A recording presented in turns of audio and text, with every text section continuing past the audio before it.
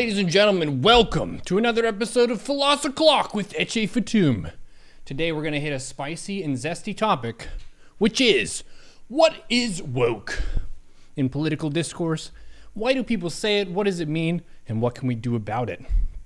Without further ado, we're going to call our philosophy expert all the way from Switzerland, Eche Fatum.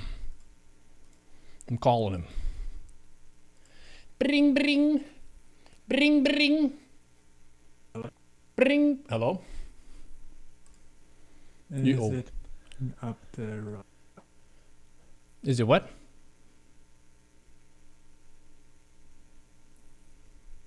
Is it what?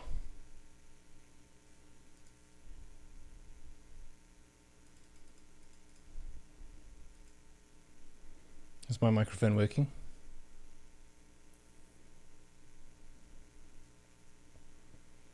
Please hold. Hello, hello. Hello? You can hear me now. All right. Yeah. So it's the right microphone after all. Aha. How are you doing, sir? Oh, life's been a bit stressful.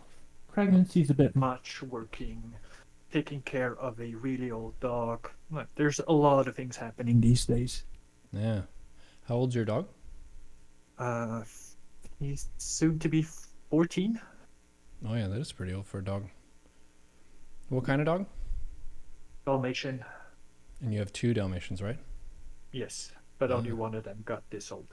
Yeah. So far. So far. The other one is how old? I think she's getting to be 7 this year. Mm-hmm. Yeah. Nice. 7's a good age. They're still pretty fit, but they've learned a few tricks by that point and mellowed out a little bit. Maybe. I'm not sure if she's really mellowed out. Still very hyperactive. Yeah. Well, I've been good. I got to visit Trisha a week and a half ago. Went back to LA, got to test Stormgate again, and we had a really fun time. I got to meet Electro Jack, who's a friend of the stream. I played a bunch of Dota with him, and we played at an arcade that had older school arcade things that were fed quarters instead of credit cards. So that was pretty fun. Nice. What's your go-to arcade game? I like racing games. That would be my favorite kind of genre. There's also not just car stuff. There's Hydro Thunder, which is boat racing. That one is super fun if you end up seeing that in an arcade. It was on Xbox or something way back in the day. But they're hydroplanes, so boats that are made to go super fast, not your regular fishing rig kind of thing. Right, it's on the Dreamcast. I guess a fishing rig arcade would not be as interesting. Then again, fishing games are a thing, so I'm not quite sure. Yeah. Yeah, arcade games I feel like try to be fast-paced from the start, but a lot of games that people do enjoy are very slow-paced, like farming-type games, or there's like Euro Truck Simulator, which is really popular. You're just a truck driver, driving trucks, and transporting stuff. I think it's somewhat weird that some of the games we play these days are basically the same as having a regular job. Yeah. So, yeah, if you're into that kind of thing. Yeah, but the nice thing about it is you don't have to go outside to do those jobs in the game. Fair enough. Mm. I'm not sure what it was called, but I always loved those fighter shooting games, like the 2D scrolling fighter shooting games. Mm. The fighter shooting games? Like where you're a airplane and then you get upgrades and you need to shoot all the stuff in front of you. Mm. Fighter plane, gotcha.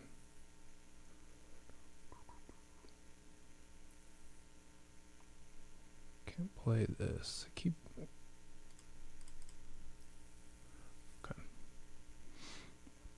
So you wanted to discuss today what it means to be woke, or at least what the term is, because it's kind of a buzzword nowadays with how people throw it around, but it's a pretty broad concept, and you have to basically define what you mean by that. So I'm curious to see what you have for us today. It's definitely a frustrating period to, I feel like, be a citizen of the world, where it feels like we're heavily incentivized to think in polarizing terms of our side is correct, the other side is incorrect, we're on the right side of history, they're on the wrong side of history, which is a gross oversimplification when you think about an individual's actions are really what define them, less so just how you self-identify. It's what you do and what you say around other people. So I guess Yeah. my first question is, what made you think to have this as a philosophy topic? Well, basically, I heard the term pop up more and more often on news media. Like, basically what I do is I have three different browsers, and the three different browsers are used to um, simulate different political ideals. Mm-hmm. So basically, I get different news feed depending on the browser I use, which is kind of a interesting exercise in seeing what the different sides talk about, what's important in their view. Mm-hmm. And I saw this term, like this term has been around for a while, but it's been heavily popularized lately, where it's just everyone seems to be talking about it, like all sides, but on different um they have different takes on it. So I was just trying to figure out what it actually means and how we got here into this very polarized state of talking about what woke or wokeness means. Quick clarifying question. Chrome, Firefox, what's the third browser? Edge. Edge, Microsoft Edge. Do you Uh, do you actually the use way, one of them as your primary? yes, Firefox. Hmm.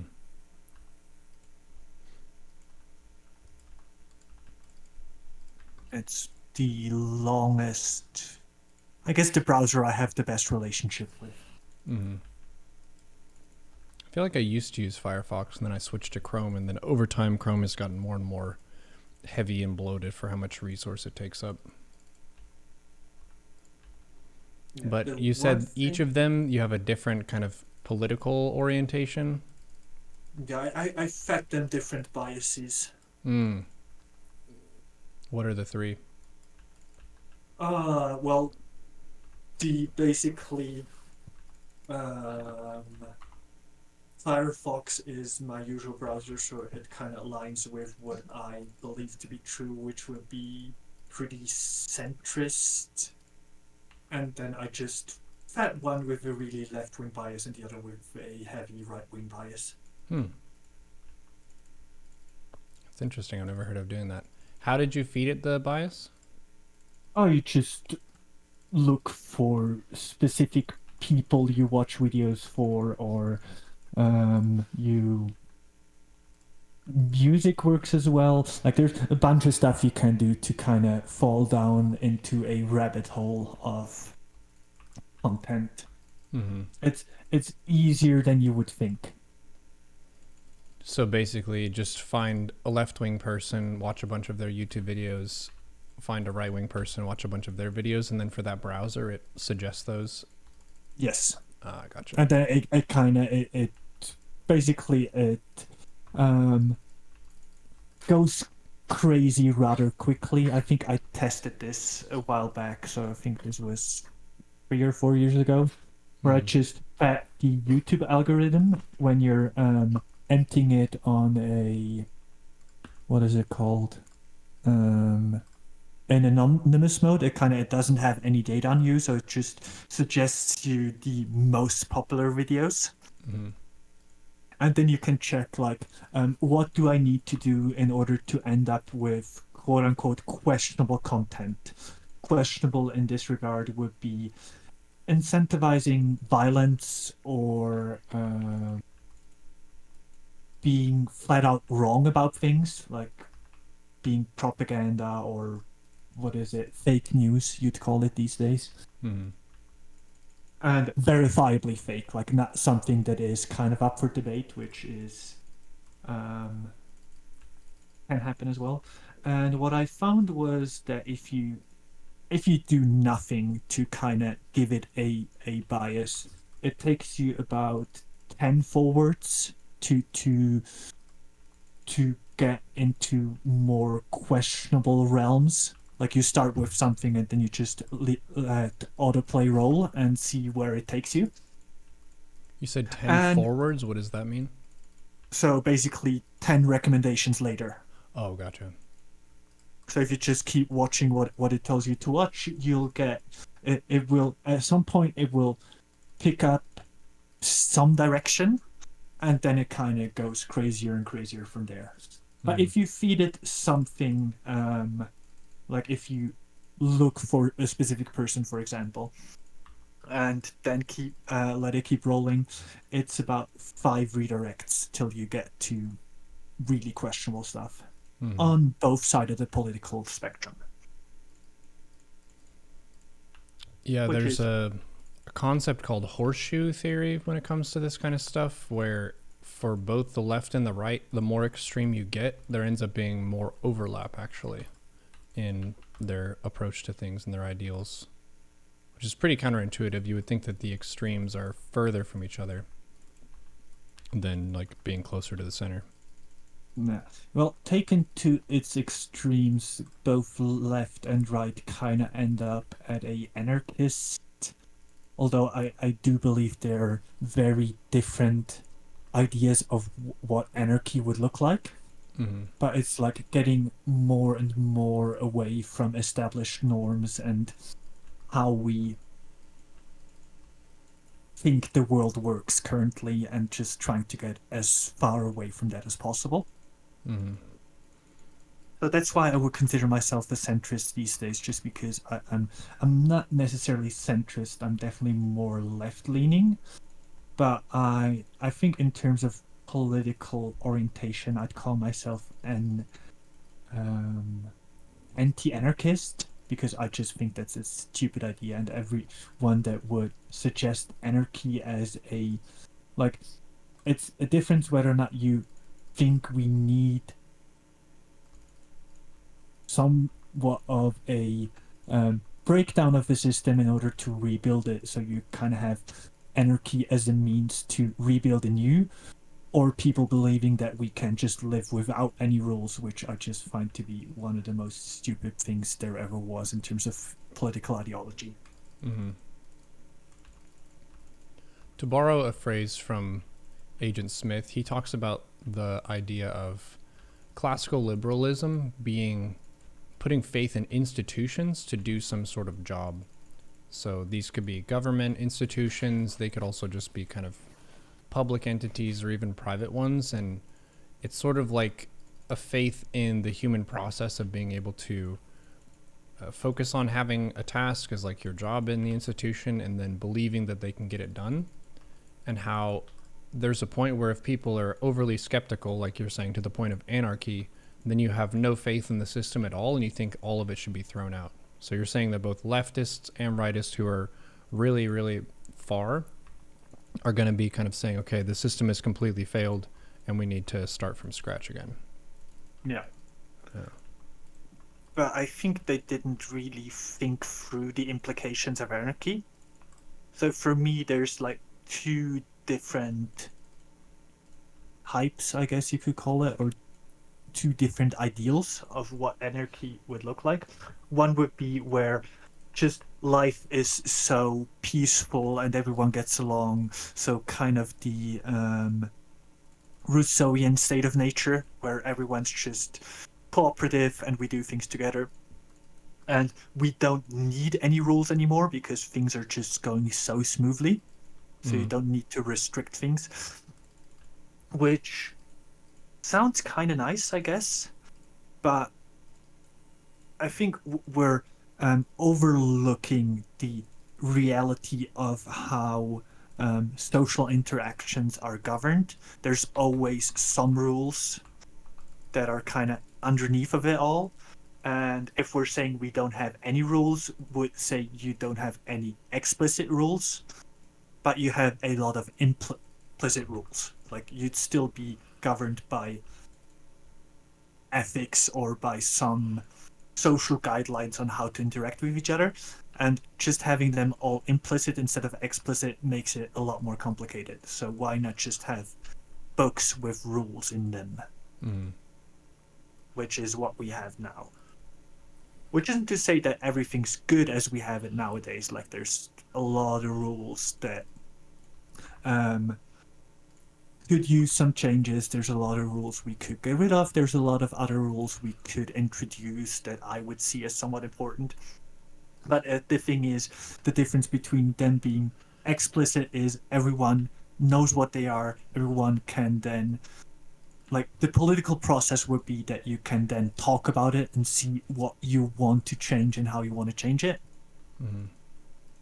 And if you only have them implicit, it's a lot more difficult to kind of come to a social agreement on what the rules are or how they should change or how to change them.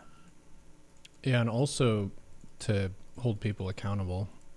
We've talked about the importance of the rule of law and how certain countries, they don't have rule of law because they basically allow their government to do whatever they want, which gives them more freedom, which increases their power and influence. But the downside is they can use that freedom to kind of go against the rules that other people are held accountable to. So a little bit of a double standard kind of a thing.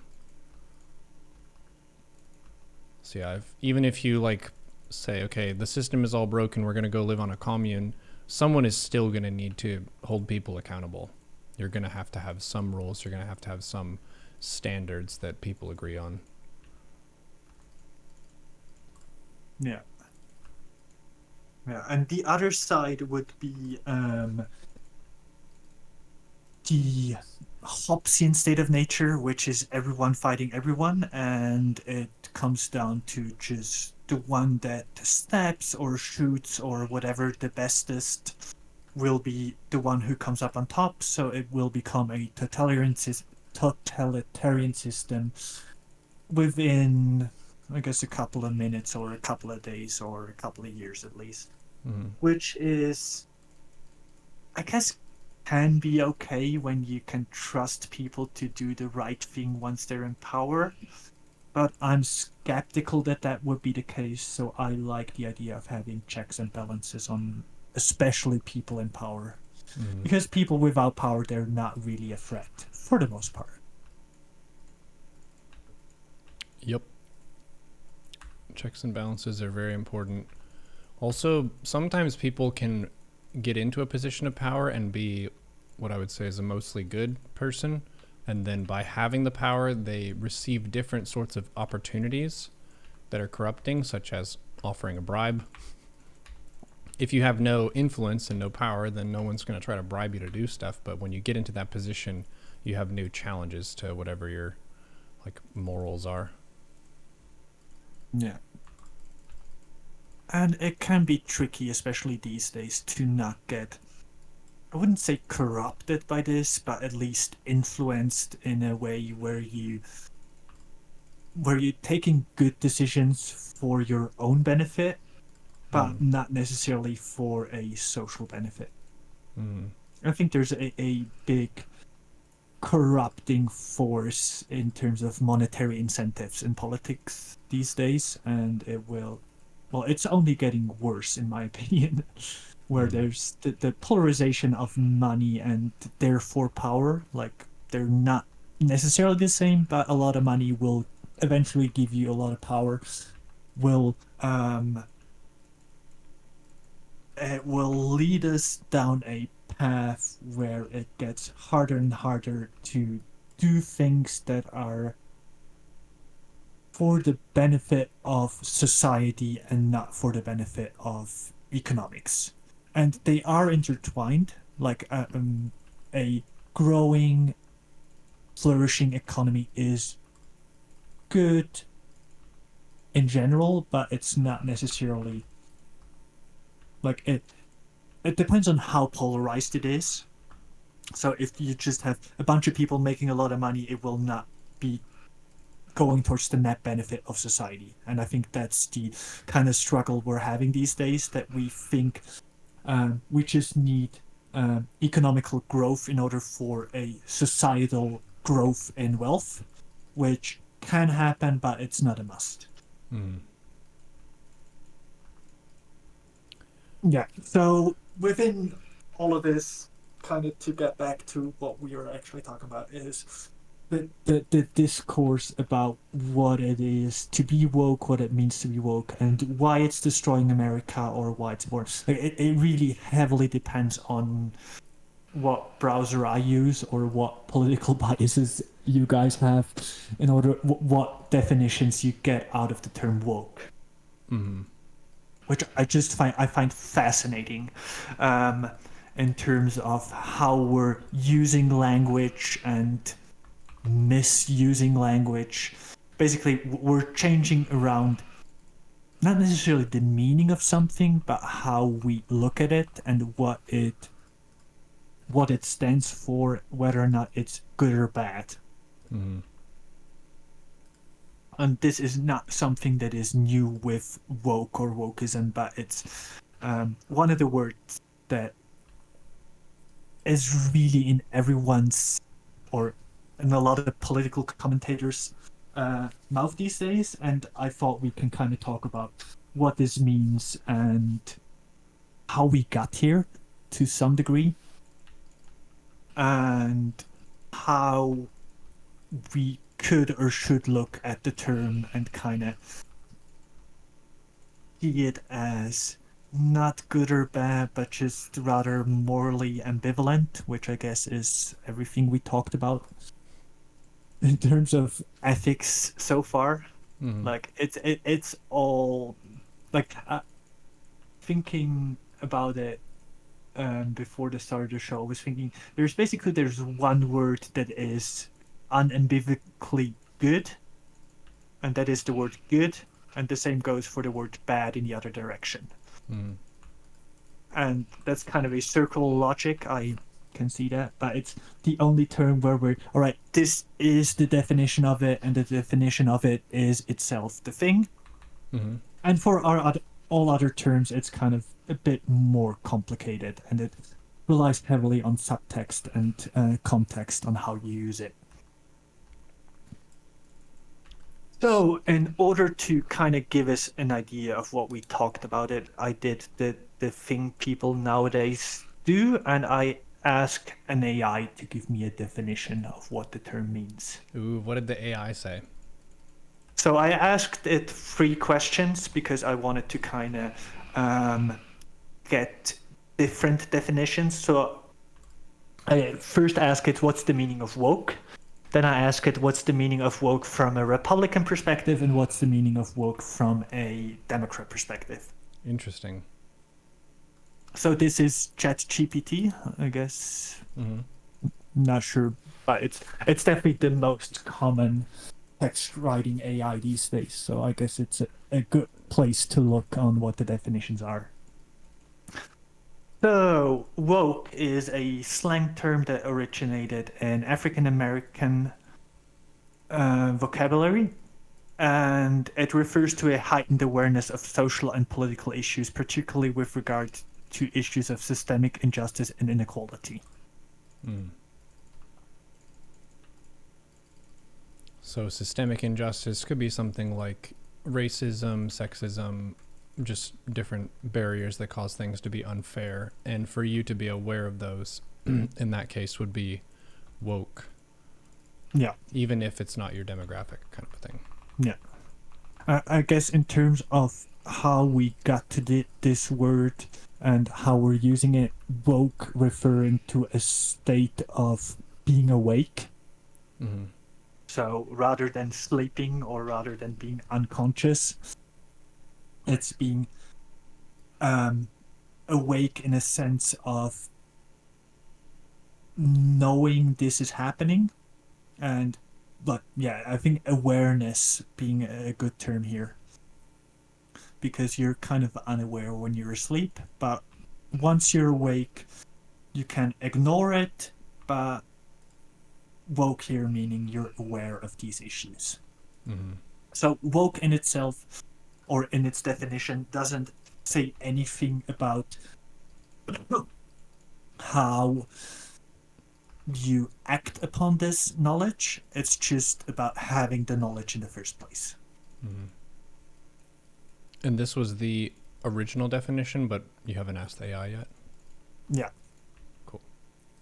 This is the first definition of the AI. So it then goes on and says, in recent years, the term has gained wider usage and is often used to describe individuals who are actively engaged in promoting social justice causes, particularly those related to race, gender, sexuality.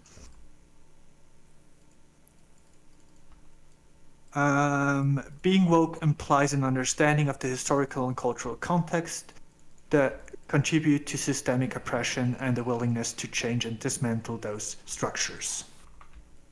So here we're getting into a bit more how it's recently been used. So it kind of has that acting upon it part in it.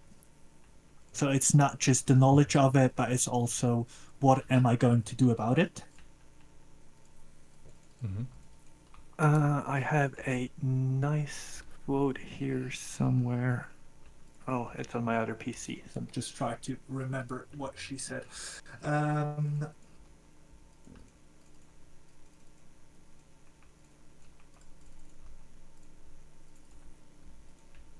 it's a German quote, so it will take me a moment to translate it. So I'm let's guessing go on. that first quote was the second one that you just said was the woke to a Democrat. No, we're still just in the first definition. Oh, okay. So it always, like, all three questions brought up like three terms. So basically, and I think this has been talked about as well, that ChatGPT itself is woke, Mm-hmm. which is funny or sad, depending on how you look at it. But basically, what's happening is that it uses, I haven't used it before they changed it, so I couldn't tell, but it uses a lot of qualifiers these days and kind of putting different perspectives on things in the first place, Mm-hmm. so you kind of don't get a one-sided view on things, which I find is good. And we could get into some problems that could arise from that, but in general, it's good to kind of look at the different sides and how they would define these things. So the thing is, in the first one, it kind of brings up the general definition, then it brings up how it's been more recently used, and in the third part, I'm going to read it. However, the term woke has been criticized for being overused and co-opted by individuals or groups who may not fully understand the nuances of the social justice issues they claim to champion, or for being used as a means of performative activism rather than genuine engagement with these issues at hand. So in the third part, we then kind of also have a critique of how it's used, or how what has been criticized about the use of it.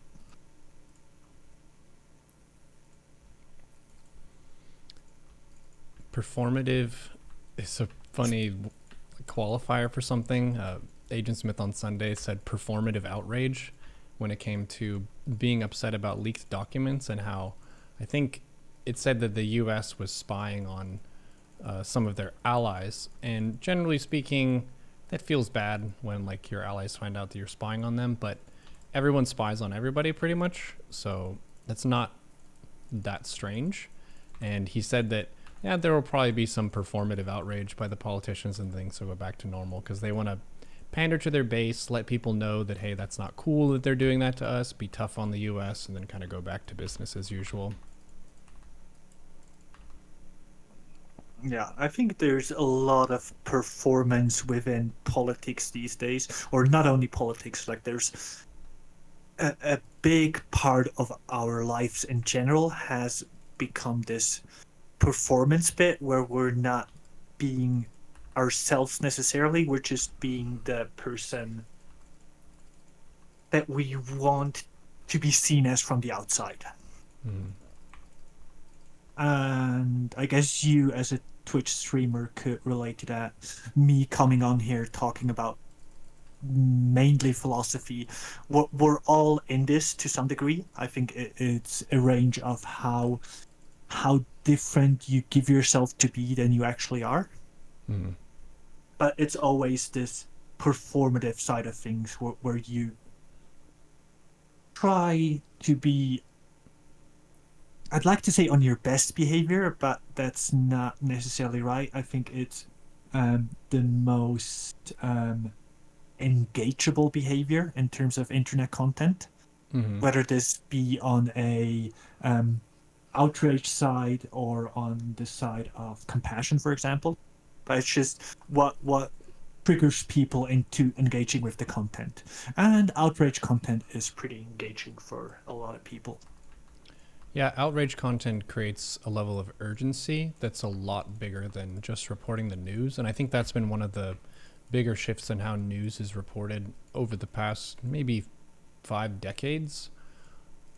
To me, at least from what I recall or what it seemed like, news used to be more kind of cut and dry of this happened today and that happened today and this is the news. And then over time, they've noticed that, okay, you can do that and you can accurately report the news, but it's kind of boring when there's another channel over here where someone is raging that the sky is falling and there's this huge scandal and corruption, kind of weaving in what we would have called tabloid journalism just in TV news. And that really gets people fired up. And a lot of people, they don't have the same level of skepticism when it comes to watching the news as they do reading the news, I feel like, some of the time. I'm not sure why exactly that shift has happened, because you would think that as people get more educated, they would be more on guard to being influenced in a way that's not good for them. I don't know. I think there's a lot of how would you call that, psychological issues that kind of go into this, where we're trained to look out for hazards. Mm-hmm. Like, this is one of the earliest, most important things of aspects of social learning, was that we could learn about things that could potentially harm us from others and not have to try those red berries ourselves, but someone telling us, nah, these are not edible. Mm-hmm. Or if you hear something in the bushes, better run because it might be a saber-toothed tiger. Like, there's a lot of social benefits to be able to learn from other people's mistakes. Mm. And the way we do that is, or used to be for the most part, by them telling us scary stories about what we should avoid or what happened to them. Mm. And I think from that, we've kind of, like, this system of learning through being scared of stuff is hard embedded into our brain.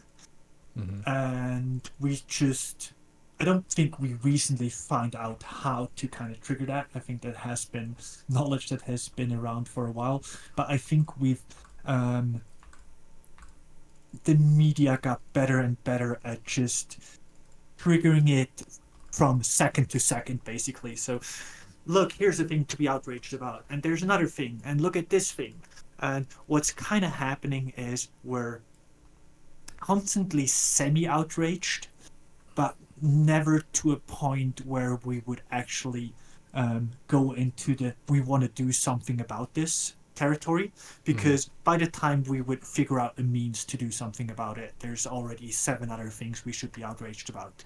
So, from what you said, it sounds like the difference isn't that we're different, it's that the distribution of scary stories is way easier.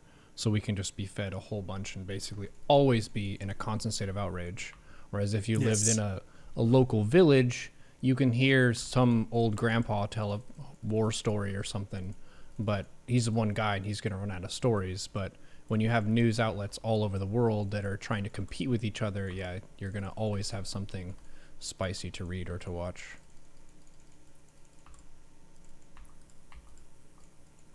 That makes sense. There's some interesting comments in the chat already. I'll have to go into those a bit further down the line. Just to highlight one, it's the discussion. One team is for change and the other team is for stability. And change and stability, well, I guess in physics, when you're looking at balancing stuff, they're on opposite sides of the spectrum. Mm-hmm. But in political stuff, it's a bit reductive, because there needs to be a lot of change for things to stay stable in general. Yeah, let's get into that later.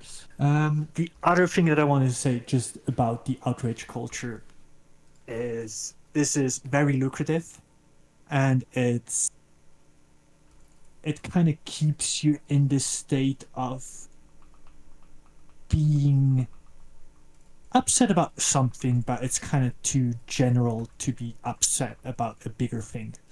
But woke, as it's framed from the right side of the political spectrum, is something that comes up so often. So this is basically the big outrage of our time, that woke culture is destroying the United States, which is interesting.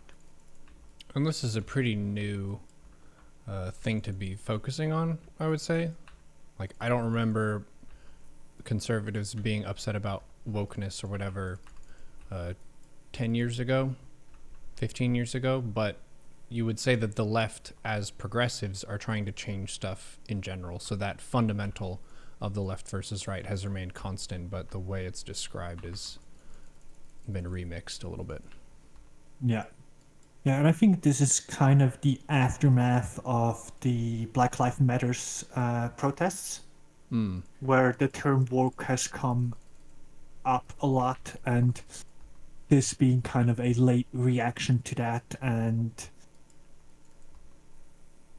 in some degree a even fair reaction, that there was developments that happened under the guise of being woke that were harmful to society, or people acting in ways that were not it wasn't for a good purpose that they were doing this.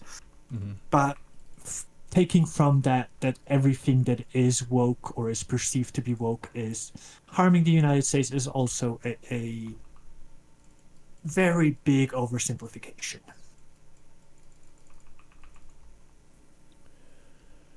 Yeah, it sounds a little bit like a scapegoat sort of concept of something that is a simple buzzword that can address a lot of broad concepts that people might disagree with. So woke, I think, for the right, lumps together a lot of what the left, as they would describe it, complains about. So the left complains about injustices and about systemic problems and that kind of thing. And complaining about wokeism is just a catch-all for a bunch of different things. It makes it easy to kind of hit it with a broad stroke instead of trying to tackle one specific thing and get into the details. Yeah.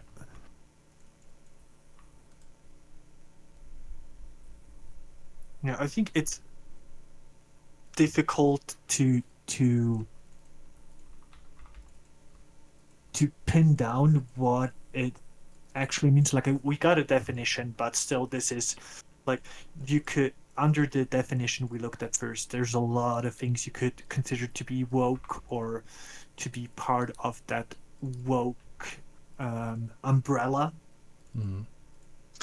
And I would agree that some of this is not beneficial, but other things are just kind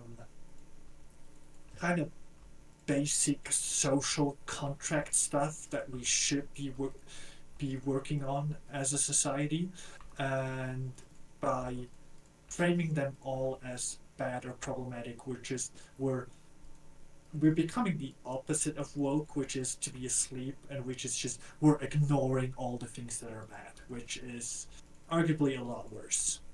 Mm-hmm. And just to illustrate why this is worse, you could ignore problems for a long time, but the longer you ignore them, the more violently and aggressively and just more of an impact they have once they surface again. Mm-hmm. So, in terms of social stability, it's always good to look at issues at hand rather than ignoring them, because if you just ignore them, they will come back eventually and not in a way that is to a net benefit. Mm-hmm. So I think we constantly need this kind of leveling in terms of how we should go about doing things as a society. And theoretically, we have the democratic means to do this. Some countries more so than others. Uh, but yeah, by ignoring them, we will just come to a point where the problems will become so big there has to be something done about it, and this will in most cases not yield good outcomes. Like in my view, what we as a society have to avoid at all cost is a revolution. Not because I don't think we need any changes, but I know that by taking up arms and basically overthrowing the current system will likely not be doing much good in the long run, and we will be doing a lot of harm in the short term. Mm-hmm. So basically, a system should be able to adjust according to the needs of its people and should do so not in a hurried way where you kind of fuck up things along the way, but just have this means for constant change and constant adapting. So this state of two powers having to fight each other does never arise. Mm-hmm. So that sounds to me fairly progressive in how you broke that down. I don't disagree with you. I'm just thinking about how someone who's more traditional or conservative might frame it, and how change over time is, to quote the meme, bringing us further from God every day. And how a lot of people who are traditional or religious believe that there was a time in the past, to reference our maybe first philosophy episode. What were the name of the Chinese, like, Confucius? sages? Were they the sages? Yeah. Confucius and the other sages, like in the really early times, and how they were really great people, and how they're trying to study this and bring it back to that almost in some ways. Yeah, Confucius was very traditional. He saw all the good things in the past and all the bad things in the present or potentially in the future. Mm. Yeah, so this whole change over time thing from that lens doesn't look good. Like, if it looks like, okay, we started from a great spot and any change is going to take us further from it. So a lot of these conversations about issues that didn't exist in the past, it's going to make people wonder, like, why did that conversation not exist in the past? The past was better if they see things that way. So they would see it as kind of needless arm flailing. But my perspective would be that the world changes at such a rapid pace, just say with technology, for example, going from bows to guns, going from hunting and gathering to agriculture, going from oral tradition to writing. Like, the tools that we use to interact with the world change so much. And like, with us being able to be global and be anywhere in the world, we're now an international planet worth of people, not just a tribe and a village. So yeah, in my perspective, there's a lot that we can do to update and keep our perspectives and our behaviors and stuff current. That's going to make us more successful for sure. I just have a lot of more conservative and traditional family and stuff, and they see a lot of history as being better than the present or the future, and they see us as kind of sliding in a bad direction. I guess there's an argument to be made for moral decay. Um, Basically ever since the rise of the internet, but I don't think this I don't think this is the case, but I think it's easier to make the argument nowadays than it used to be, just because we're so much more exposed to people having stupid, bad, wrong, or whatever opinions than we used to be back um, in our little tribes and groups or our little village. I talked about this with a friend of mine just recently, and he kind of brought up that all new media has been discouraged at first, like when book printing was a thing. They thought like, well, now every idiot can write down things, and a lot of people will read it. Newspapers, same thing, or TV or radio, like basically giving idiots a voice is a bad thing, or showing them on a screen. Gutenberg really effed up with his printing press. Absolutely. Or what he said as another example was, I don't know who it was, but he said this was like 17th century, I guess 18th century. Whenever did the telegraph was invented? He said that his friend could now leave on a boat and go someplace very remote, and it's super nice that he can, once he arrives there, he can telegram them back and tell them um, how their travel went and how they're doing and whatnot. Mm-hmm. So it's nice that we have boats that could go far, or telegraphs where you can send messages. On the other hand, if he'd still be living in the same town as me, I'd see him the next day and he could tell me as well. Telegrams, printing presses, internet, telephones has been a really interesting one, because I think you're about my age, and when we got our first phones, they just called people and you could maybe text, and then gradually we get like a simple game that you can play on the phone, and then now we have the full power of a computer and the internet on our phone, and social media and all that, like connecting us to each other in a worldwide way, but in a way that isn't the same as face to face and has some potential problems there. I feel like we haven't fully discovered how to navigate the space that we've created for ourselves right now. Yeah, yeah, I would totally agree. Um, yeah, so there's arguments to be made for technology to evolve, or for us even going backwards. So we're more back to those kind of tribe thingies. I wouldn't argue for that, but it is something that some people seem to want. Anyways, the argument I was making is that all that technology, like being able to travel far or being able to talk with individuals in a distance, all led to this basic trait of openness, or to kind of, you're expanding your view of the world, and basically it makes it easier to recognize other people's humanity when you meet them and talk to them. Mm-hmm. So it's when you go to a place where you think that people are kind of backwards, or people have wrong views, and then you engage with them in a conversation and you realize we're all very similar. We might have different ideas about the world, but it's like the humanity that we share is a lot bigger than the differences that keep us apart. And Mm-hmm. I felt that all these technologies kind of not necessarily, but be helpful in that regard.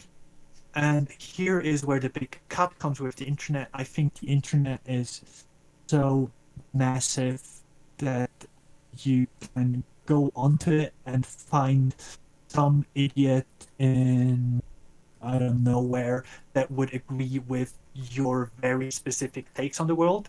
So it's basically it's not widening our view of the world or our humanity with others, but it's narrowing it down because you any kind of bias you have will get reinforced on the internet eventually. Mm-hmm. Yeah, it does tend to give places for people to concentrate their beliefs. And like you notice with your browser testing, the internet usually tries to reinforce the direction you're already going in rather than to feed you stuff that would challenge your beliefs, which is dangerous, I think. Absolutely. And this makes sense from an AI perspective. It wants to feed you stuff that you want to see, so other people watching what you watched before will likely like the next video it will be showing you. So I don't think it's like there's no bad intent when they wrote this AI, but it very much feeds into our biases in terms of reinforcing what we already think to be true Mm-hmm. and just leading you down that path. And there's some fucked up stuff on YouTube, even though it's basically it complies with all the rules, so there's no way of taking it down per se. It's just the views that are presented are super problematic, and this goes for both sides of the political aisle once more. Mm-hmm. I do think it's a bit worse on the right side of things, but that might just be my bias. Yeah, I think people would always say the opposite side is doing it a little bit worse, but many people would concede that there are radicals on their side. I think. Are there radical centrists? I don't really think so. Because what would a radical centrist do? They tend to take a balanced view. I think a centrist can also be described as one based on that's kind of the average of their beliefs, but they could be a fiscal conservative, but then a social progressive, or vice versa. Yeah, there was a funny skit. I think it's a Monty Python. They were talking about all the different groups that leftists hate, and it was listing them off, a lot of the stereotypical ones, and then centrists was the last one, and then it went to the conservatives and all the people they hate, and centrists was also the last one listed of who they hate, because centrists won't commit. So to them it's frustrating because you won't be my enemy or my ally, you're just standing in the middle. Make up your mind is what radicals kind of see centrists as doing. They're not, basically when they're not on our side, they have to be on the opposite team. Yes. If you're not with us, you're against us. Makes sense. Yeah. I'm thinking of the what are they called in soccer, the guy that manages the game, like The referee. kind of referee, exactly. So the referee has to be on the other team side because he's definitely not for us. Yeah. But so he's kind of like the centrist on the soccer field, Mm-hmm. and both sides hate him. Yep. Must be a tough job. The team that loses hates him more than the team that wins, though. True.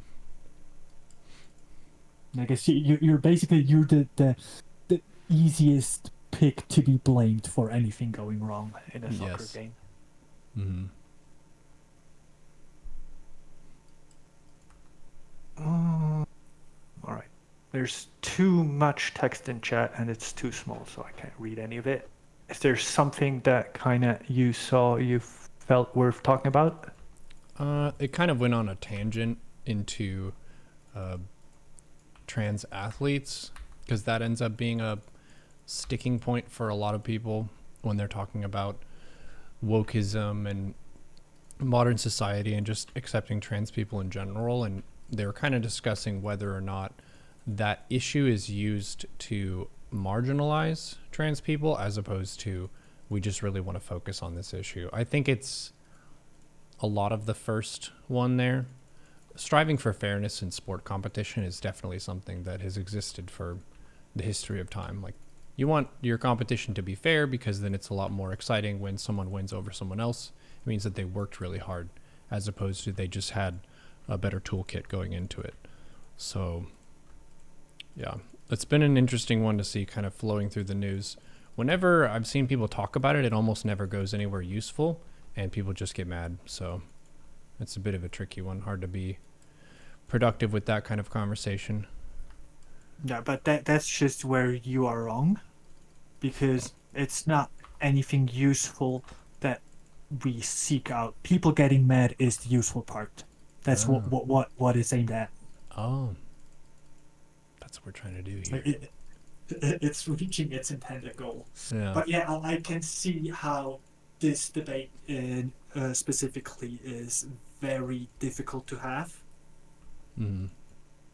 Not something I would want to go into. Like in general, I try to stay away as much as possible from this whole discussion on one side, because I think I don't have anything meaningful to add to it.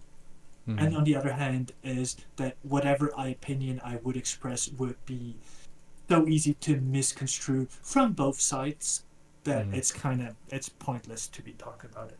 Yeah. Which isn't to say people shouldn't talk about it. It's just that I choose not to. Yeah. People are being respectful and stuff, so y'all can carry on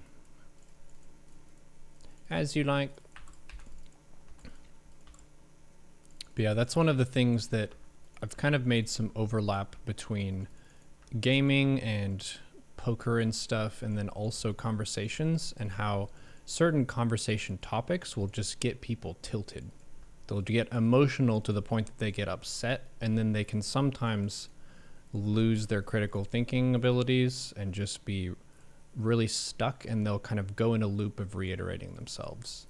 And one of the main ways that this can happen is like talking about religion and how that's a really, really important topic for people who are religious, because they define their spirituality based on that, and their eternity is at stake. And talking about that and whether or not their religion is true is definitely something that can rustle people's jimmies and get people upset. And they can think critically. It can be a very intelligent person, but when it's such a sensitive topic, it can be tough to like remain composed. So for a person who wants to be a good conversationalist, you want to have a pretty keen awareness of whether or not it's a good time to kind of pick that battle. Like, do you really want to talk about this thing with someone if you know that they're going to get upset about it?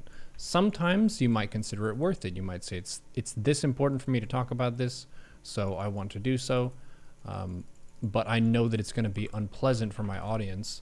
My big one for this was talking with my family about me not having Christian faith anymore, and how that was like a dreadful thing for them to talk about. Super unfun. And then the notion that their beliefs might be wrong and I might be right, that's just like, no way, fam. Like, we're not even going to go there kind of a thing. So that's just something to kind of have as like your bumpers, I guess, for conversation of, am I going at this conversation with the awareness of how I can affect someone emotionally, and is it worth it? Yeah. Yeah, it's quite difficult to have these conversations.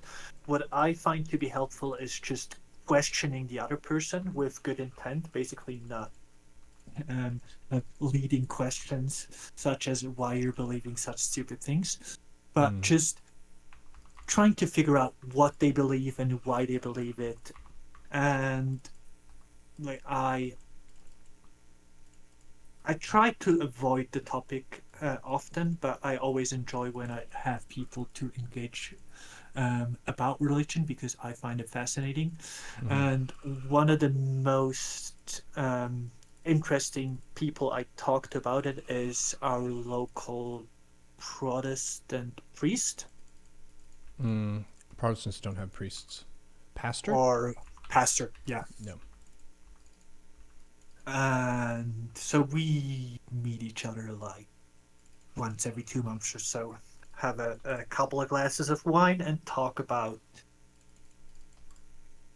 I guess, philosophy and theology and where they intertwine and also where they separate. And it's always quite interesting for me, and I guess for him as well, because we both know from each other where we come from. Like, I know that his underlying belief is God is real, and um, to some degree that morality is dependent on God. Mm-hmm. And he knows that I'm opposed to that idea, and that we need to figure it out as a society in order to figure out what is good or bad. But we never have to fight about this. We can just, all right, like if there's a rule in the Bible that is just bad from today's perspective, what is there to be done about that? If there's something that is not regulated in the Bible, what is there to be done about that? Like, there's always a big intersection where you don't necessarily need to attack the other person about their beliefs, but just try to find common ground on the kind of unknowns Mm-hmm. that are in between, which is always super interesting to me. Yeah, it takes a lot of courage to talk about that kind of thing. Referencing you and the pastor, I've had really fun conversations with people who are Christian after leaving the faith. And in a weird way, I sort of feel like Christianity is like the sports team that I used to play for. So I like kind of cheer for them to be happy and make progress and stuff and be good to each other. Like, I don't really feel like an enemy to them, even though I left and now I need to swear them off and never talk to them again and never go to church again. Like, I'll go to church. I think it's fun. I like that they talk about how you can be better as a person and how we can learn from different stories and what these characters in the stories did, or these people, depending on whether you believe the character in it was a person or not. A lot of those examples in the stories can lead people to kind of guide their own behavior better, which is cool. So I'm down.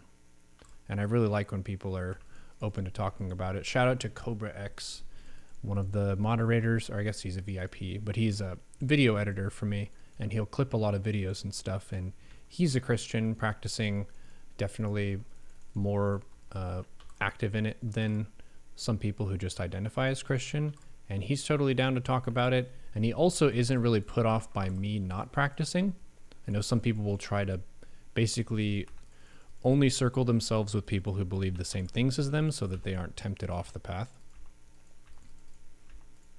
But it's cool when people of different perspectives can just meet in a point and talk about stuff and not really be too rustled.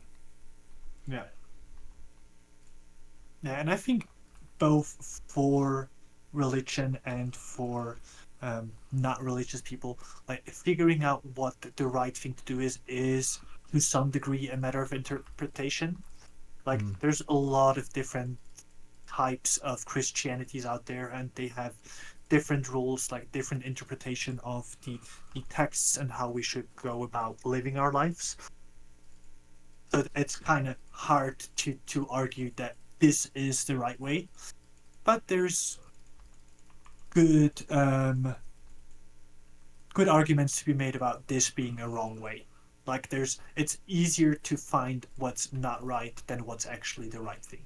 Mm. But I think conversation almost always help in figuring out your own views on things, because once you externalize them, it's kind of um, you see them in a different light than if you just hold them within you. Mm-hmm. And then having someone that might challenge them or just give their own view of things will eventually, when done right in a conversation, will eventually lead to you adapting your views on things, at least to some degree. And I think this is almost always beneficial.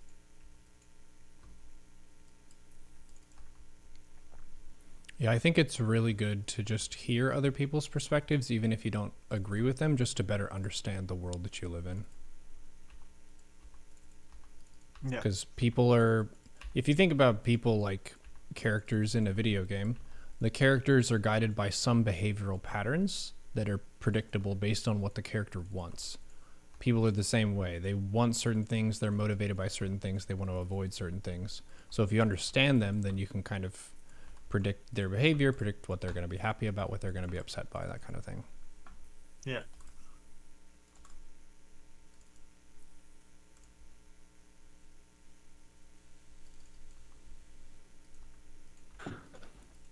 Yeah, and I think that the most important thing whenever you have a conversation is that both sides of the argument is well intended. So it's not about um it's a conversation, not a debate.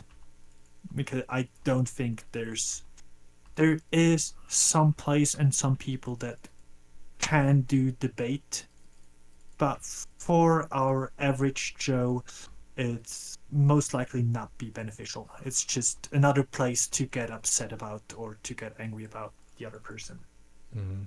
So it's better to walk out of a conversation or walk out of the debate and look for someone else to where you have a well-meaning conversation. Mm-hmm. Unless you like to be upset about people, which is fair, I guess, to some degree. But then you might as well go on the internet for that. I think that's what's the main reason for the internet is these days, is to have a place where you can get upset. Or I guess you could play Dota 2 as well. I Oh, heard this is a people. great place to get upset because not only can you be upset at the situation that you're in, other people will be upset at you even if you didn't do anything wrong. So that's an upsetedness guarantee. You can't get that in a lot of Nice. places. Yeah.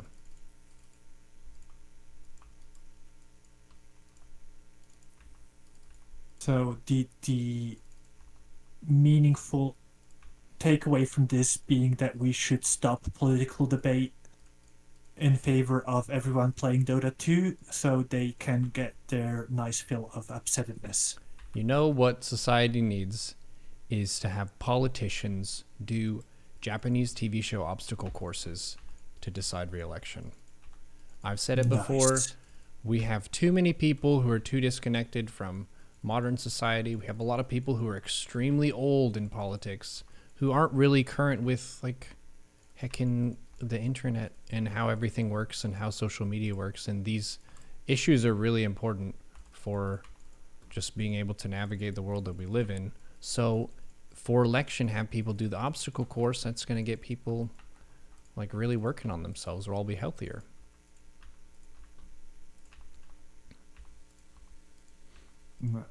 I see that chat found another thing to be upset about when it comes to the whole woke debate.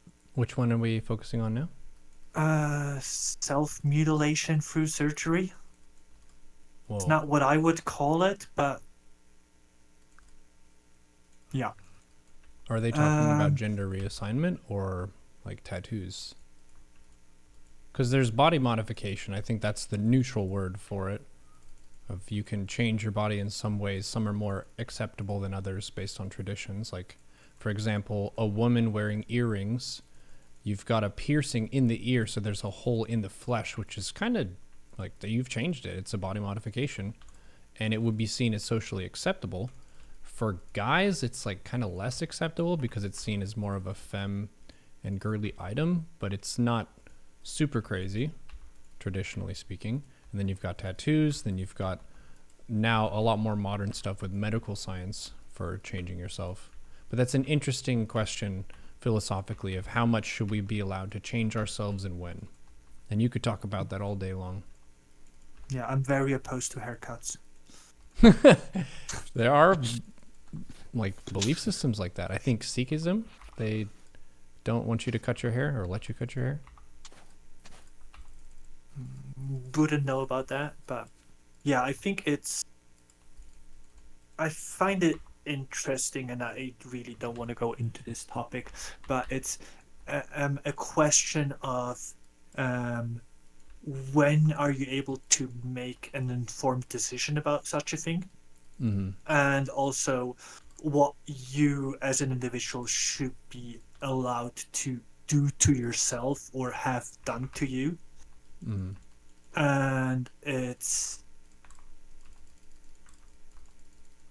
a tough topic to discuss because the both sides are very hardened in their position. So one side sees it as always wrong, the other side sees it as basically people should be able to do what they want. And I think once again the truth probably lies in between. But I think where as a society we have more measures in place that would lead towards the it already is in between conclusion rather than it just always being bad. Like to say we're already doing a lot of there's a lot of checks and balances before you are able to take such a decision. Mm. And it's not just you walk into a doctor's office and go, all right, I would like to do this now. Go. Mm. But yeah, it's tough. It's a And very broad yeah. topic, and I think for both of us, we're not really the people that have much of a, I guess, personal stake in it, and also personal experience we don't have. So, probably want to ask someone else. Well, the one personal stake I have now is basically when we told my mother that we will have a boy as a child, she was a bit upset because she wanted a girl. And Mm. my go-to reaction was, well, this kind of everything can be changed nowadays. You pay the surgery. Mm.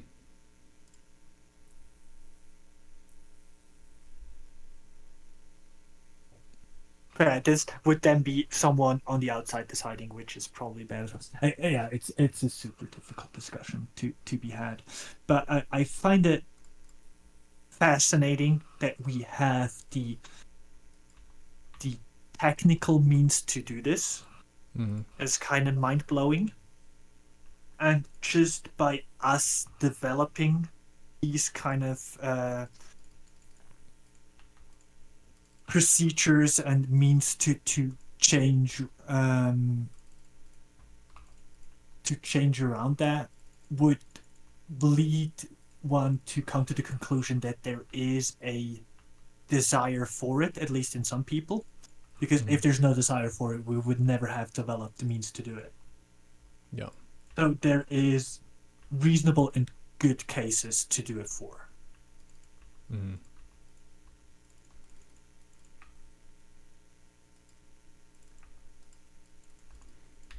Yes, an interesting frontier that we have in terms of medical science.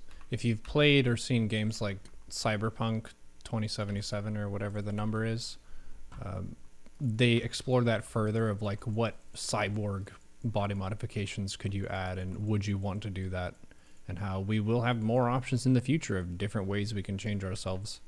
I don't know if you've seen uh, Kingsman, the movie. It's like a fun No. action-y kind of movie. Maybe someone in chat has seen it.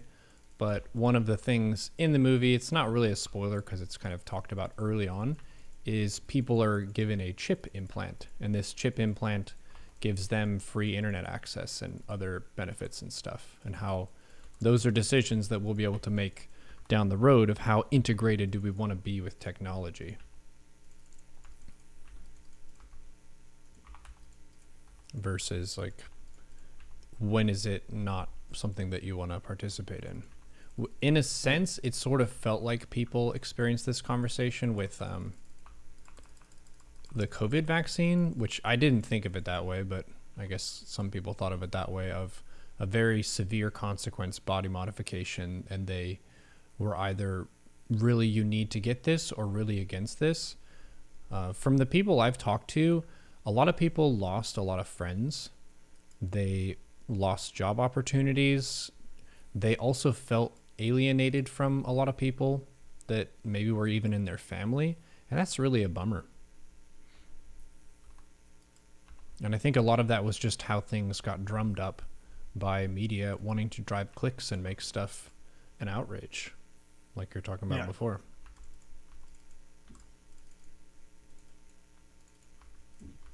Yeah, it's interesting, like whether it be vaccines or um, augmentation of the human body with something like computer chips.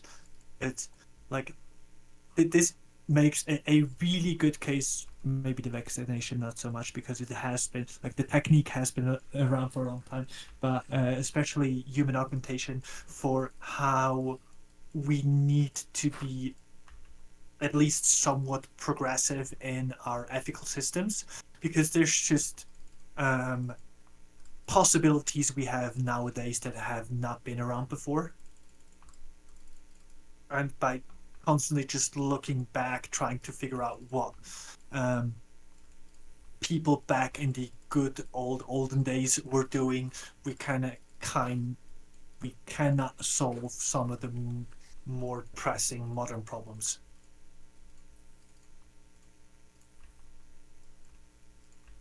I'm yet to see the Bible verse about how to restrict AI. Well, guess it would be in not making any graven images. Mm. So basically, AI being banned completely. You don't want to create anything that is smarter than a human or more godlike than a human. Yeah, closer to God in some sense. Thou shalt not chat GPT. Nice.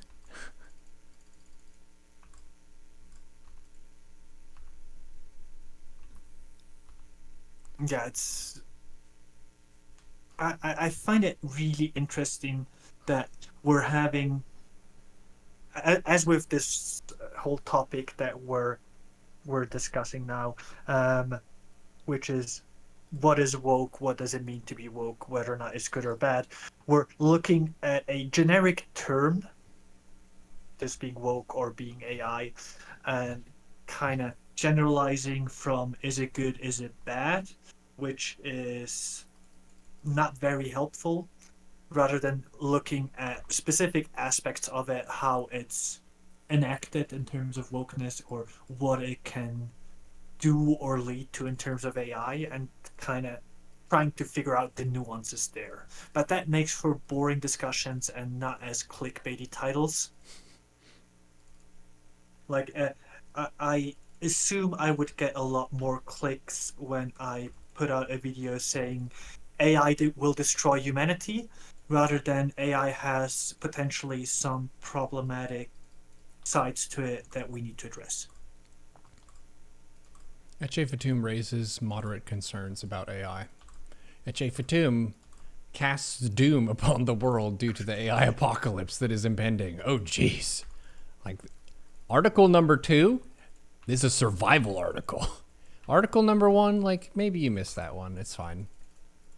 Yeah, it's so messed up that we're incentivized to be hyperbolic in a way that is untrue, like factually untrue. We're drumming it up for clicks and stuff. And it's annoying too, because even if you want to give legit news, you kind of have to play that game to compete, which feels scummy in a sense. Like, you want to be able to just say what your product or what your article thing actually is. But if you do, then no one's going to click yours. They're going to click the other one. Just because they don't have time and the other people are like representing a much higher level of urgency. Yeah, and you need to know the thing that will be likely to kill you today, whether this being a vaccine or an Did AI you bot or whatever. did you hear about the alien invasion that was going to happen last month? No. There's like a TikTok guy who's really into alien stuff, and he predicted that there was going to be an alien invasion that was like March 24th or something, 25th, and only 8,000 humans were going to survive it. And that's like a zesty claim. Like, most people don't claim that everyone but 8,000 people are going to be killed on a certain date. That's crazy. So the person who does gets a ton of views because it's so intense. Yes.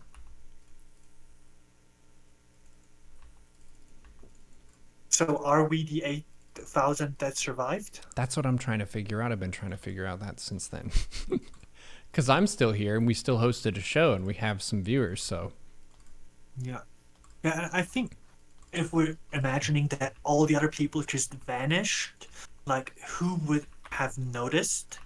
Mm-hmm.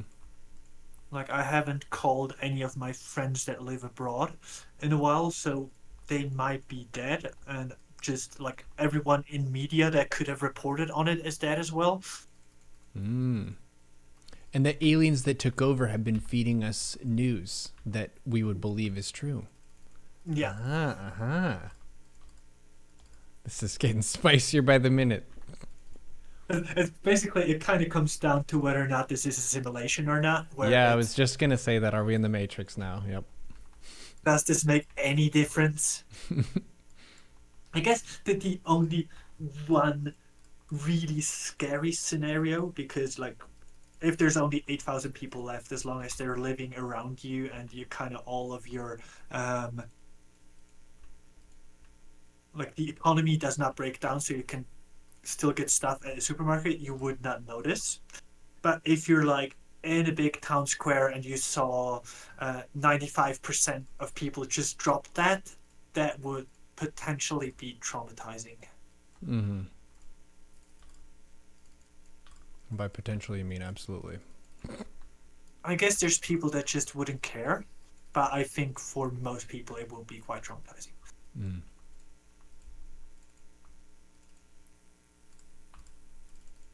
Um, this is a spicier topic than I expected in terms of the chat going on about things. So there's a lot of woke topics that people like to discuss their merits, which I'd say is a good thing. Like for most of these topics, there is a need for discussion, like basically being woke, implying that you're aware of it. Like it seems that chat, and no matter what side of any argument you're arguing, everyone in chat is woke to the degree where they do not um, ignore existing problems, Mm-hmm.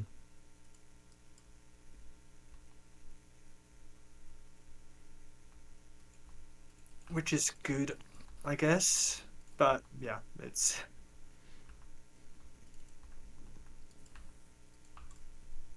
uh, it's interesting to see.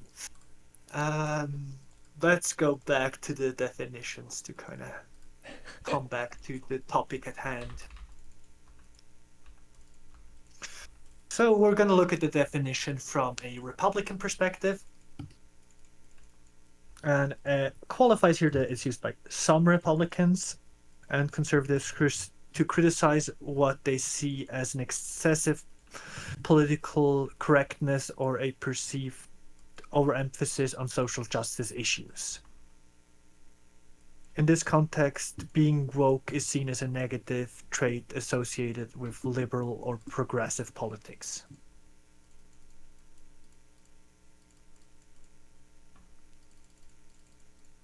Um, from a Republican perspective, the term woke may be used to describe policies or actions that they see as overly focused on issues of identity politics, or as a way to criticize individuals or groups who they believe to try to censor free speech or limit traditional values.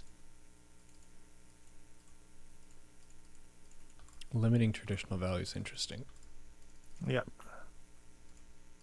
I have to say that ChatGPT does quite a good job in using qualifiers and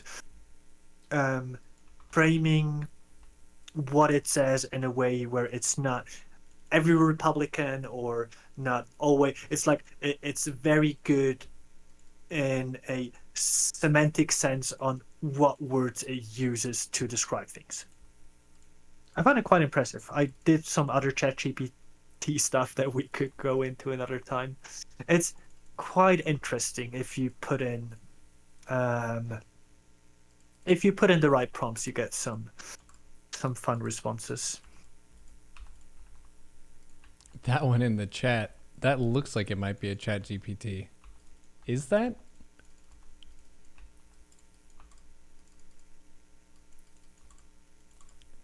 We merely freestyle identity. I guess there's a spelling error. That looks legit.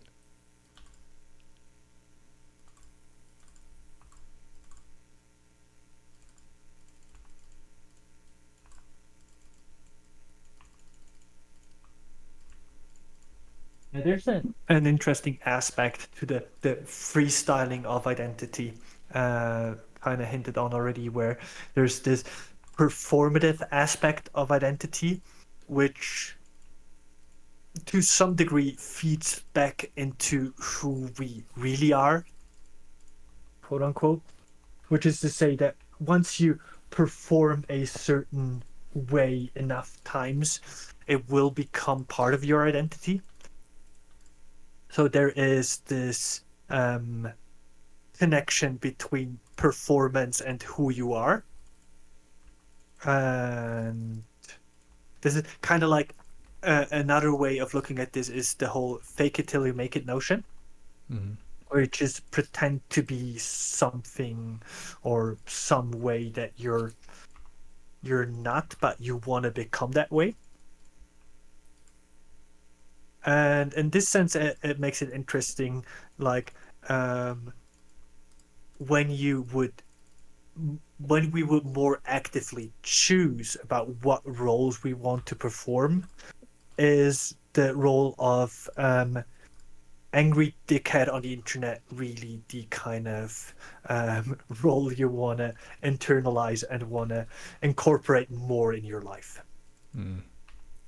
Not to say that this is bad necessarily, but just something to be wary about. Is this really the thing you want to do?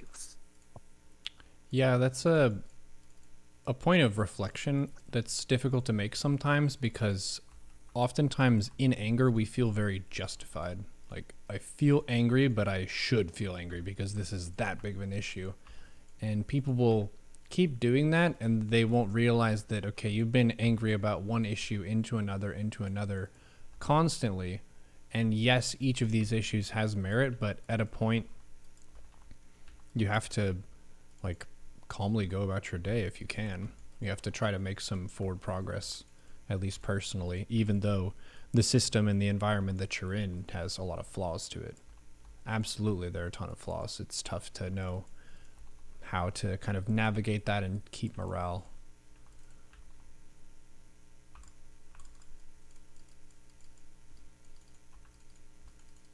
Yeah, I guess we could be.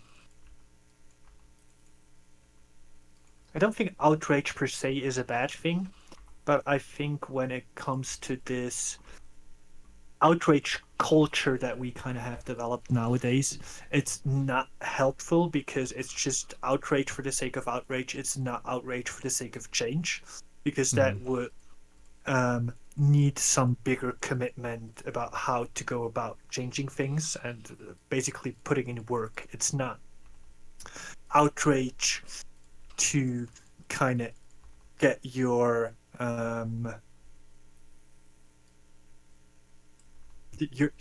minutes of hate in for the week, but it is this performative thing where it's not.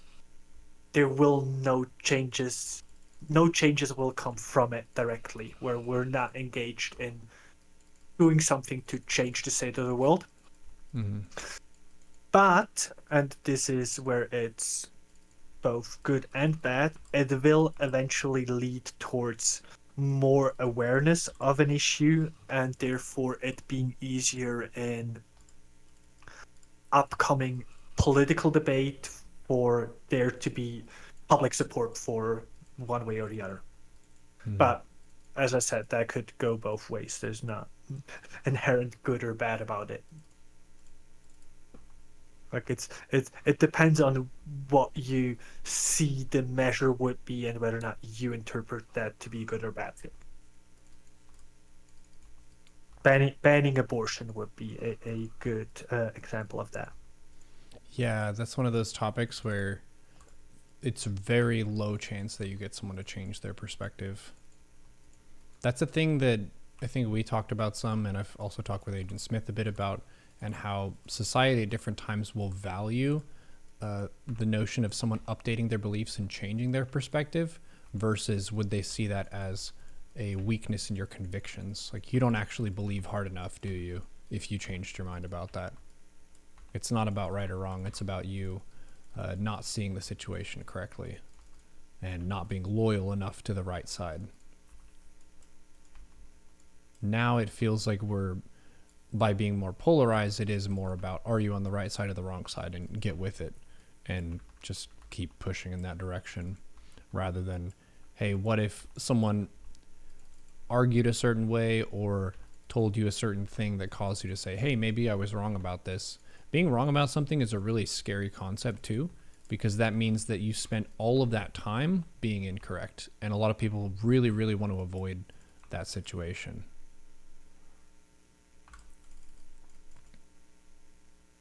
Yeah, then kind of goes back and feeds into existential fear, where you fear you're being, you kind of take on this performative aspect of it because you feel like this is what your group identity is based on, and protecting that is important because otherwise you'd be in danger of not being part of that group anymore.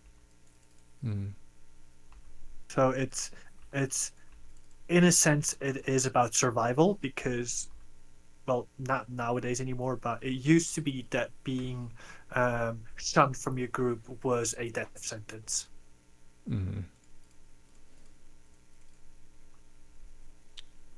See the Spanish Inquisition. Yeah. It's very difficult to survive on your own even these days, but it's manageable. But it used to be really bad back when we were living in caves.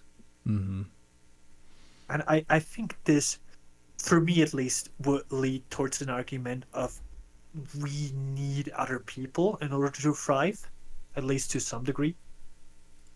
So it's beneficial for us to treat other at least somewhat nicely, for there to be a good social cohesion, because we benefit from each other more so than we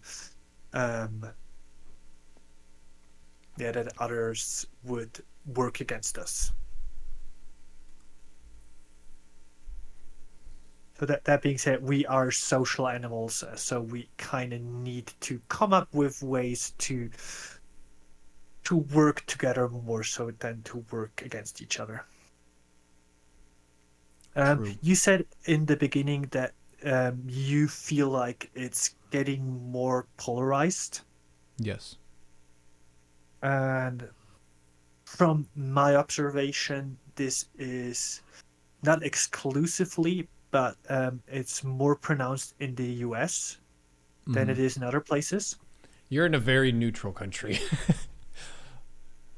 I think a lot of other European countries probably also have a polarization swing. Yeah, I would like, even the polarization is here as well, but I think in the US it's even more pronounced due to the polarization of the political system in general, where there is two parties. So there's a right side and a wrong side, or a right side and a left side. I'm sorry, like anyways. That's another thing worth talking about on why we made right and left wrong, or yeah, the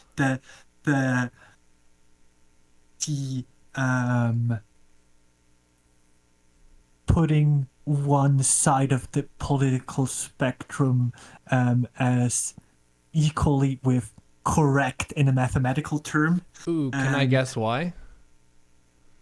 Can I guess why conservative is right and progressive is left? Sure. Hand dominance. Historically speaking, right hand dominant was seen as the correct and healthy way to be a person, and left-handedness was weird and different. Yeah. And accepting that and accepting different ways that people can be is more of a lefty progressive thing. So it's kind of like the left hand of the human form. Yeah. Yeah, this comes from the Latin, and in the Latin is it was even more pronounced, where the opposite of right in terms of being correct, but also in terms of right to direction, is sinister. Sinister?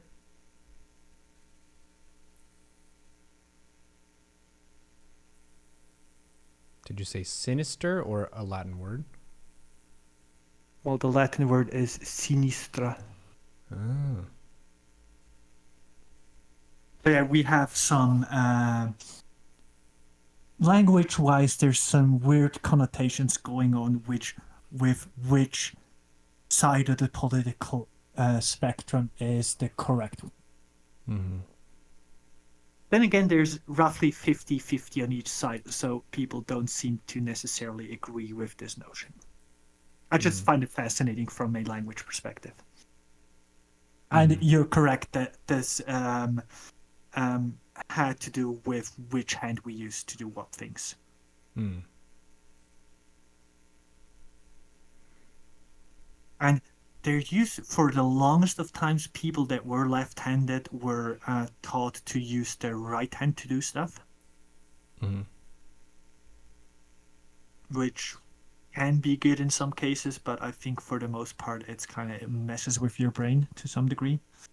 Mm-hmm. And it's in general, unless someone is doing something really terrible, kind of telling them they're wrong based on how they do things might not be the nicest thing to do. Like, you're doing it wrong. You're a bad person for having the pencil in the wrong hand. One thing that's funny is that I think being left-handed is a fencing advantage. It makes you pretty difficult to fight against for what I people tend to practice the most. Yeah, I could imagine about a good friend of mine is a quite decent tennis player, and no, it's not Roger Federer. Um, and he's left-handed, and he says it's messing with the other players because in tennis you're kind of you're used to like it makes it harder for the opponent if you serve your ball on their backhand, Mm-hmm. but everyone else's backhand is his forehand. So basically, um, the opponents, for the most part, making it easier on him than on right-handed people. Yeah, he gets to play against their weak side. Yeah. It's interesting. And you get to practice being left-handed all the time. That seems good. It makes me want to just like try to learn something left-handed just for the purpose of using that advantage. I'm right-handed for how I've approached most things, and I feel more dexterous in my right, but there's a lot of things that I do with my left hand that I can't do with my right, like use a keyboard, play the viola, things like that, where you need to use two hands and you kind of always do it the same way. I don't think left-handed people use the keyboard with the right hand. You just keyboard left and mouse right still, right? Yeah, I think it's a different kind of skill set. Mm-hmm. I've never seen a setup that would be different. Like, if you were to do that, it would make sense to mirror the keyboard as well, Mm-hmm. because otherwise it's kind of everything messed up, I assume. Mm. Hmm.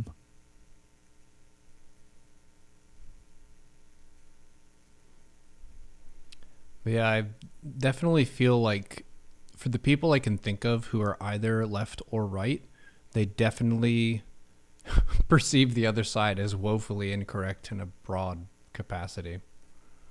To my family, I think they perceive me as a libertarian, but I would say that I'm pretty neatly in the progressive category. I try to be a bridge to people where I don't care if you're conservative or not or whatever, I'll talk to you and welcome you, and as long as you're respectful, I'm chill. We can be cool. And I think we have a ton of common ground, so one's political orientation might not be as important as people think that it is. I think that's a sport mindset where my sports team, I really, really want them to win rather than there are a bunch of athletes in the sport or there are a bunch of politicians in these political parties, and each of them could be weighed on their merits to doing the job well and serving their constituents. But people don't think about it in that way of just doing the job of politics well. They think about, I want my team on my side to win overall. Yeah. Do you have sports teams you follow or you want to win more than others? Not anymore. I think I like to see Team Liquid do well in Dota tournaments. StarCraft used to have cool tournaments. Pro League was awesome in Korea. So just cheering for whatever teams had the players that you liked. Jin Air Green Wings. I remember hearing the announcer, KT Rolster, Jest. And you get a sense of like KT Rolster, they're fielding a lot of really, really good players like Zest. I think Flash was on KT Rolster. So yeah, cheering for teams like that. Growing up, I was a fan of the Denver Broncos, the American football team.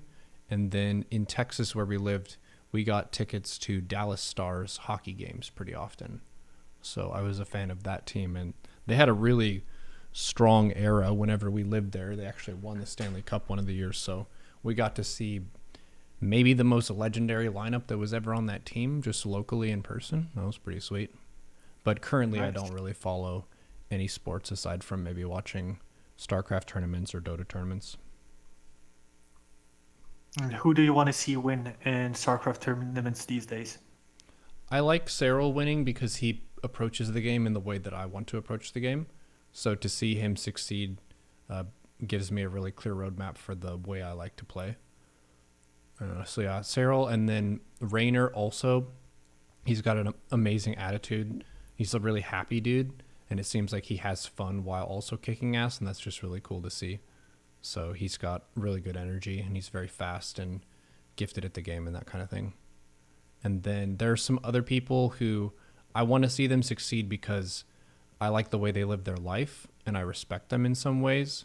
Like, for example, Showtime. I feel like he's a really strong professional player in how he conducts himself and how he's always respectful to everyone, and he always takes responsibility about whether he plays well or not. He also uses the core hotkey setup that I use, so kind of cool link there. But yeah, I like cheering for people who I perceive to be good people. That makes sense. Mm-hmm. For me, in terms of StarCraft 2, I mainly just like to see Parting win games because it's always fun to watch. Yeah, he does win in interesting ways. Haas as well. For me, someone who ladders all the time, sometimes if people win with weird stuff, it hurts me because I know that that's just going to be on the ladder for a while after it happens. It's like, I really hope this cheese doesn't work because if it does, all the Protoss are going to be doing it. Oh, crap, it worked. Here we go. And sometimes if it's a good enough build or style, it'll take some time for the Zerg community or whatever the Defender community is to figure out what the optimal defense is. So it'll just kick ass for a period of time until maybe it gets nerfed if it's that busted. But a lot of times it's just unusual, so it breaks a lot of stuff that people are doing in their standard progression, and they would have to adjust and do things different. A key example would be, I guess Parting did a lot of the proxy cannon rush with shield battery to people. He also did a bunch of force field all-ins that people didn't really try to go for, where you're hitting a specific timing and your goal is to chop off certain lanes so people can't use the army that they have to fight your stuff. But those are timing windows that are pretty tough to see. And for someone like Parting, he's really comfortable being on the front foot and being the attacker. So he's going to be noticing when there are openings to try to take those. So definitely an entertaining player for sure. Yeah. I was in South Korea. What was this? 10 years ago now? Something like that. And I went to see a couple of GSL matches. This was back when it was in the GOM TV studio. So I think I went 1 or 2 nights.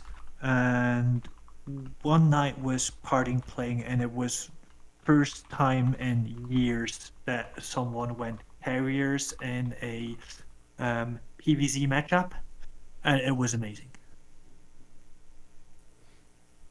Carriers and PvZ. Or just basically making carriers in general, or going air toss was not a thing back then. Mm-hmm. It was just a super long, fun game to watch. Yeah. Late game is really interesting. It can be kind of frustrating to play, but watching it is definitely entertaining, especially when they have so many different types of units that are really hard to control, and you as an average mortal player can't really control that kind of army. I like seeing that when it comes to caster control for Zerg units and how complicated that kind of stuff is.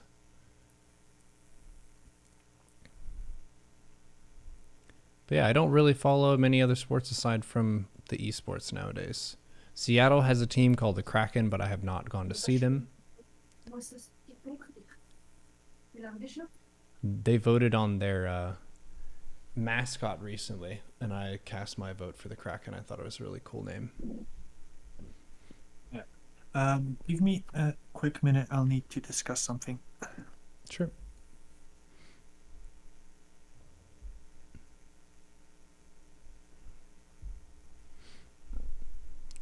What's up, chat?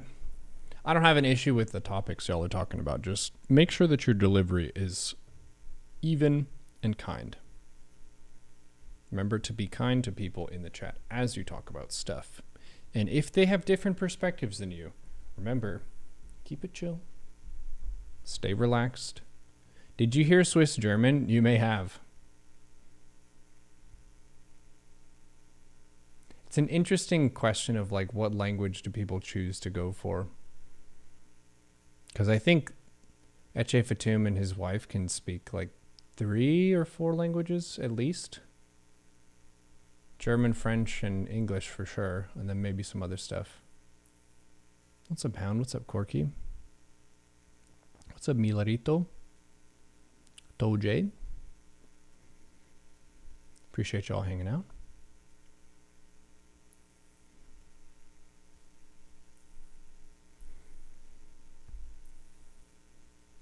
You don't recall governments banning shelves of books. There's outrage against sexual books. Do you mean books that are about sex, or like books that are having sex with other books? Because that would be kind of weird if you like go look over in the library and there are a bunch of sexual books like just doing their thing over there. I want to weigh in here and say that it's okay for books to do that as long as they do it in the private and not the public section of the bookstore. True.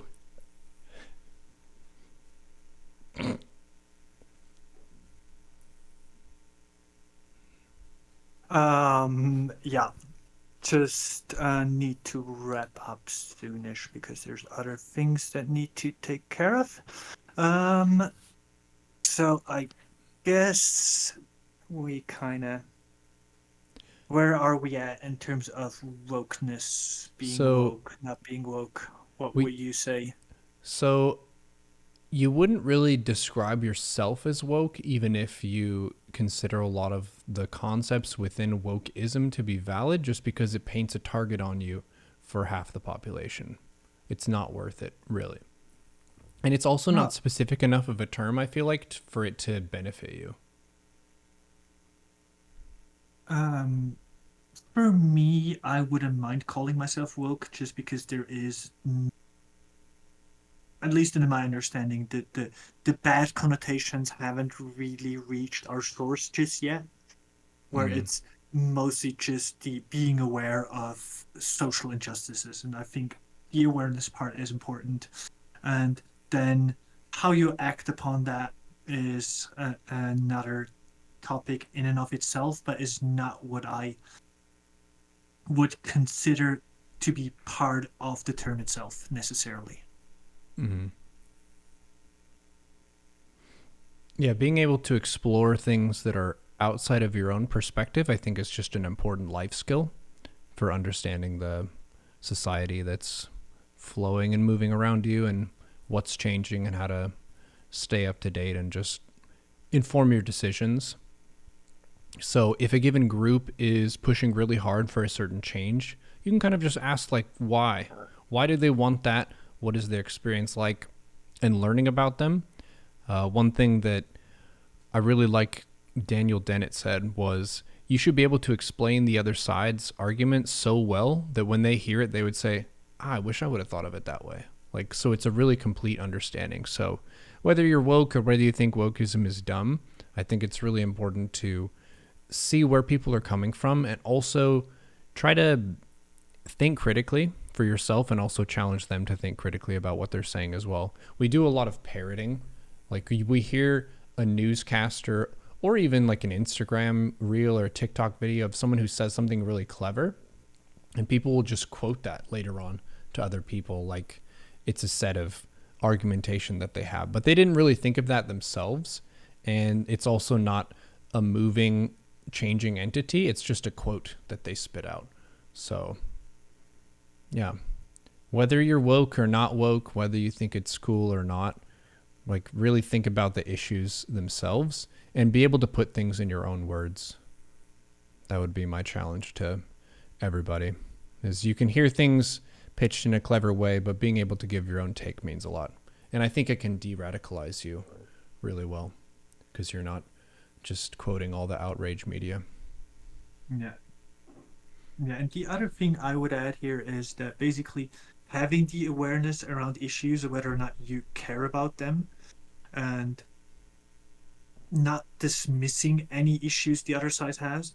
I think like the vaccination here, I find a good example for me where I don't see the issue, but I acknowledge why people would be scared of it or why they would fear that something weird is going on, and just acknowledging it without necessarily feeding into it, but rather just seeing where they come from and why this might be an issue that is worth looking at. I think the problem comes when people assume the actions from a positional standpoint. Like when we talked about problems with the economic system, specifically capitalism. Like when people infer that once you criticize that you want everyone to become a communist, it's kind of like it's way more extreme than what you had in mind. So I think not inferring solutions from positions people take, but acknowledging their position for having value, even though you might not agree with them. Yeah, the value in it's a solution that can work for some people, and also maybe it's just a position that does have its reasons. They may not be the reasons that you agree with, and you might not want to prioritize that yourself, but you can at least understand the line of thinking, and that I think allows you to mentally relax because understanding gives you peace of mind. You know what's going on in their thoughts and their mind because they share it with you, and you listen to them and you really try to understand it. So yeah, that's a really interesting word that is so spicy. Like the chat tonight has been popping off and people are growing at it. It hasn't gotten out of control, but it's been zesty. So you say a buzzword like woke and people are they're ready to go. No, people have opinions and they hold them strongly. I'm going to quote that. That's amazing. People have opinions and they hold them strongly. Wisdom with Eche Fatum. And there's not necessarily anything wrong with that. It's just how you act on those strongly held beliefs might become problematic. Awesome. Well, appreciate your time, sir. Always fun having a conversation with you for some philosophy. This was a zesty one. Any ideas of what we might hit in the future for next one? Well, I am still working through the history of Western philosophy, which is one of many things that Bertrand Russell wrote, but I found it to be an interesting kind of like he dove a lot into math stuff, which Ragna will cover for it, at least to some degree, when she has time to do that. And I want to kind of look at more of his humanitarian philosophies, but it's a lot of pages to go through. So that will be upcoming, but I'm not sure when. And might be the next time already, but it depends on time, and there's a lot of things going on this side of the pond for me specifically. And so we might just delve into some other weird term. Like I haven't got an idea what to go into next, but I'm sure I will come up with something fun for us to talk about. Well, heck yeah. I wish you courage and strength in your new and upcoming quests. I know you've got a lot of stuff in the future, and you're kind of making all the preparations and stuff. So your future is awesome and amazing. So kick butt, my good sir, and we will see you on the next episode of Philosoclock with Etche Fatum. Nice.